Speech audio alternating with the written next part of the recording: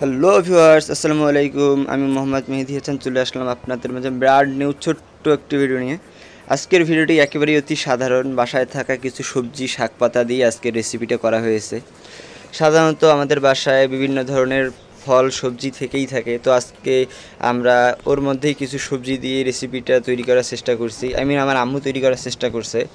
আপনারা এখানে দেখতে পাচ্ছেন কিছু ডাঁটা, তারপর পটল, তারপরে ঝিঙ্গে, আরও কিছু দুই একটা সবজি আছে। আপনার সঙ্গেই থাকুন, দেখতে থাকুন। যদি এই ভিডিওটি আমাদের ভিডিওটি আপনাদের ভালো লাগে, like comment share and subscribe করে আমাদের পাশে থাকবেন। কমেন্ট করে জানাবেন অবশ্যই কেমন লাগলো। যদি ভালো না লাগে সেটাও কমেন্টের মাধ্যমে জানিয়ে দেবেন। যদি ভালো লাগে তাহলে তা কমেন্টের মাধ্যমে জানিয়ে দেবেন, আমাদেরকে উৎসাহিত করবেন।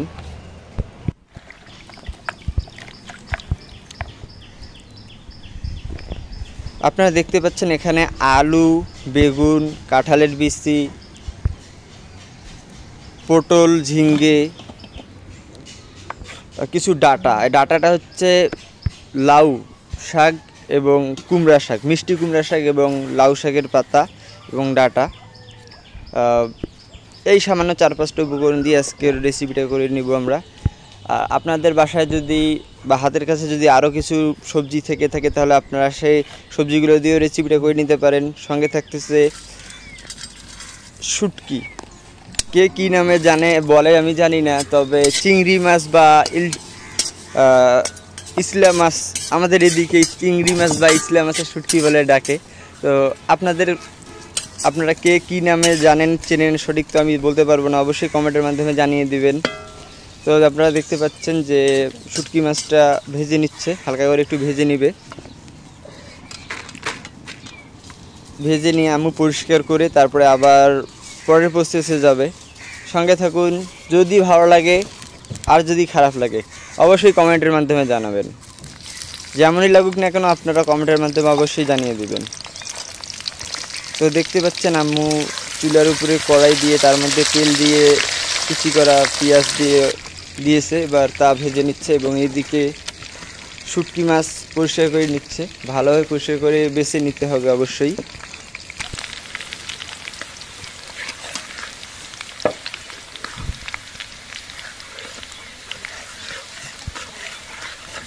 যেহেতু গ্রাম বাংলার সাধারণভাবে রান্না, আমি এই কারণে সাধারণত পিওর ভয়েসটা রাখারই চেষ্টা করি। আজকের ভিডিওতেও এর ব্যতিক্রম কিছু না।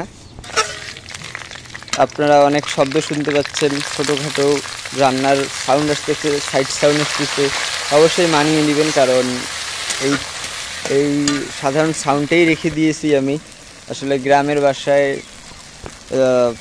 পাশ দিয়ে গাড়ি যাচ্ছে, গাছে পাখি ডাকতেছে, রান্নার সাউন্ড,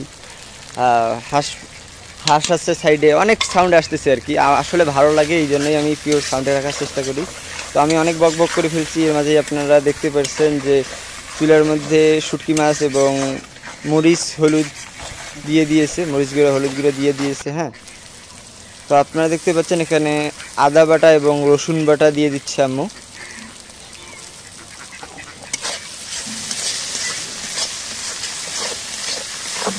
তারপর ভালোভাবে নেড়ে চেড়ে নিচ্ছে। অনেক সুন্দর একটা লালটি ভাব চলে আসছে।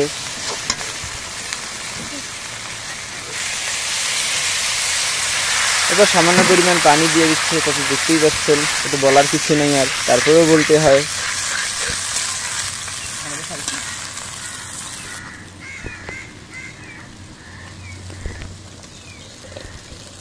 অবশ্যই ডাঁটাটা আগে দিতে হবে। মিষ্টি কুমড়া এবং লাউয়ের ডাঁটা একসঙ্গেই আছে। ডাঁটা আমি তো ডাঁটা নামেই চিনি, কে কী নামে জানে আমি সঠিক বলতে পারবো না। আমি তো ডাঁটা নামেই জানি এই জিনিসটাকে। তো অবশ্যই একটু কমেন্টের মাধ্যমে জানিয়ে দিবেন তো, আর আমারও একটু শেখা হবে, জানা হবে। তো আপনারা দেখতে পাচ্ছেন দিয়ে ভালোভাবে নেড়ে চেড়ে নিচ্ছে, কারণ এই ডাঁটাটা শক্ত, খুবই শক্ত, রান্না আগে করে নিতে হবে। এই কারণে ডাঁটাটা দিয়ে দিচ্ছে এবং ঢেকে দিচ্ছে। ফিরে আসবো কয়েক মিনিট পর।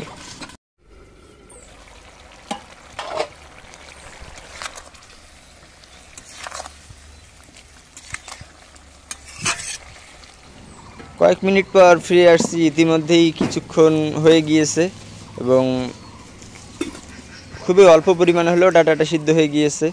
এরপর আপনারা দেখতে পাচ্ছেন যে শাকটা দিয়ে দিচ্ছে।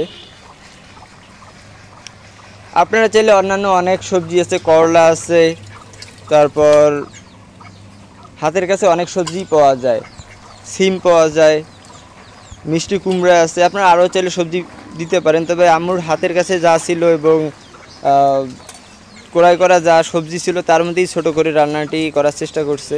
আর খেতে অসাধারণ হয়েছে, যা আপনাদের বলে বুঝাইতে পারবো না কী পরিমাণ মজার হয়েছিল রান্নাটি, আসলে যা মুখে বলার মতো না। প্রচুর পরিমাণে আমার খেতে ভালো লাগছে আর কি। মাছ মাংসের চেয়ে এই ধরনের সবজি বেশি ভালো লাগে যদি একসঙ্গে রান্না করা হয় অনেক কয়েক প্রকার সবজি মিলে।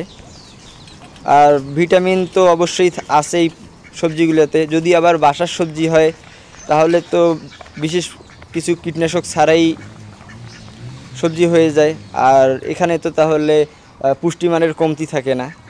অবশ্যই আপনারা ট্রাই করবেন বাসার সবজি ব্যবহার করতে, এতে করে আরও ভালো কিছু পুষ্টিমান পাওয়া যাবে এবং সবজিটা টাটকা এবং খেতে অনেক মজার হবে আর কি। তো আপনাদের সঙ্গে বক বক করতে করতে অলরেডি সবজি সব দিয়ে দিয়েছে। আপনাদের তো আগেই বলে দিয়েছি যে কী কী সবজি এখানে আছে, তো এই কারণে আর পরবর্তীতে বললাম না। ভালোভাবে নেড়েচেড়ে দিচ্ছে, অবশ্যই সিদ্ধ তো করতে হবে, এই কারণে নেড়েচেড়ে দিচ্ছে যেন মশলা ভালোভাবে ঢুকে যায়।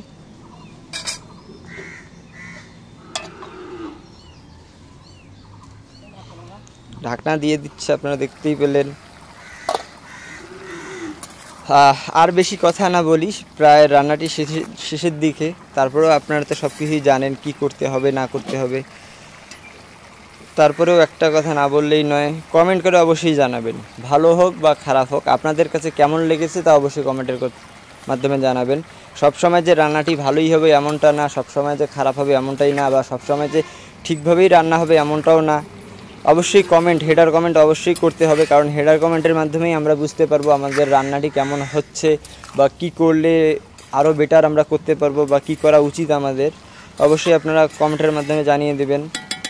তবে অবশ্যই গালাগালি কেউ করবেন না, কারণ এটা ঠিক হবে না।